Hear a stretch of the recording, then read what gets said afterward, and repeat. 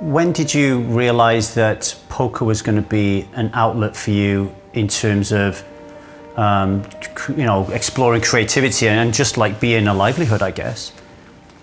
I think it was a pretty slow progression. So I started playing, I think it was last year of high school. And then I quit for a little bit because my parents found out and made me quit. And then I went to university, kind of just did like the normal thing that you're supposed to do. You go to school, you study. Then I had no money and student loans, and so I kind of like semi-secretly started playing poker again, and started doing very well eventually, not immediately.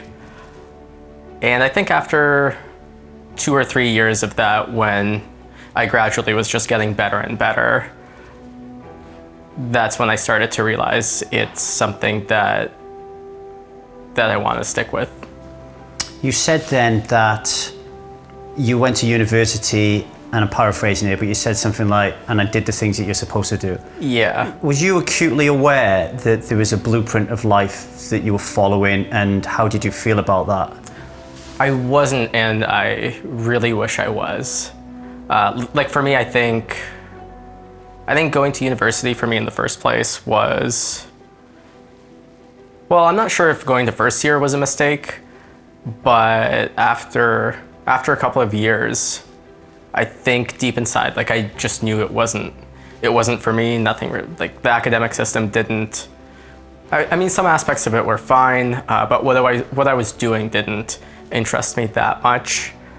But I just didn't really realize that there was any other way. Yeah. I just kind of assumed, oh yeah, well, school's supposed to suck, but it's what you're supposed to do. And I think that's kind of how I was raised, and I didn't even, there was none of this kind of like stepping back, kind of looking at yourself from the outside and being like, hey, this is what's going on. You actually have choices. You're following this blueprint where you're not even making decisions. I was just not aware of that at all. I was just like, yes, I am supposed to do this. I'm supposed to see this through, and then we'll see what happens. I give it the cute name, the zombification of life. It's like, yeah. And I was 35 when I turned around and thought, oh, hang on a minute, I can really think about what's going on here. Was there a moment in your life when your thinking started changing about the world, or any influences, or did it just come with maturity? I think it just came gradually with maturity. I think, maturity and just getting to meet different people with different perspectives, which I think I mostly got to do through poker. And once I met a lot of people that had very different perspectives that I respected a lot, and so I could, really trust their opinion and their outlook on life, that's when I realized, hey, there's other ways to go about life. There's another great book called Atomic Habits by James Clear, and he does like an annual review on his values, and there's 3 questions that he asks himself every year. I'll ask those questions to you. And the first one is, what are the core values that drive your life and work? Core values. Definitely being honest and integrity.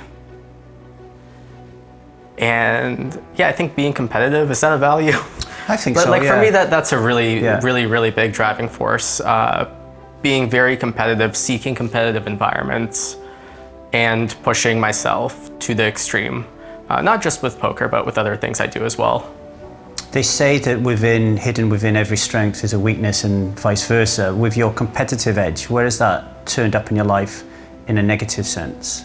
Well, with my outlook on how I should be very competitive and just pushing myself to the extreme, certainly a lot of the time I do a little bit too much of that and kind of don't know when to stop, and have a tendency to burn out more often than I should probably.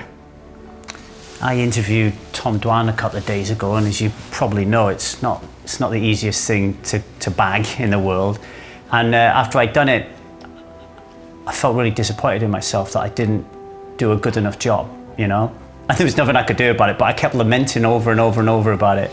How do you stand with that kind of thing, with your competitive edge? Do you beat yourself up? I don't beat myself up, no. Yeah, definitely not. I don't think I have. I mean, I used to have that to a large extent, and then I think over time with maturity,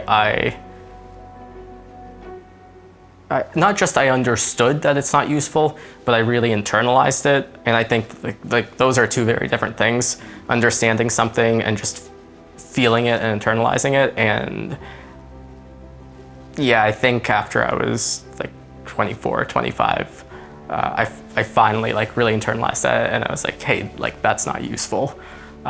And yeah, I kind of stopped doing that. My name is Daniel Dvoress. I am High Stakes Poker.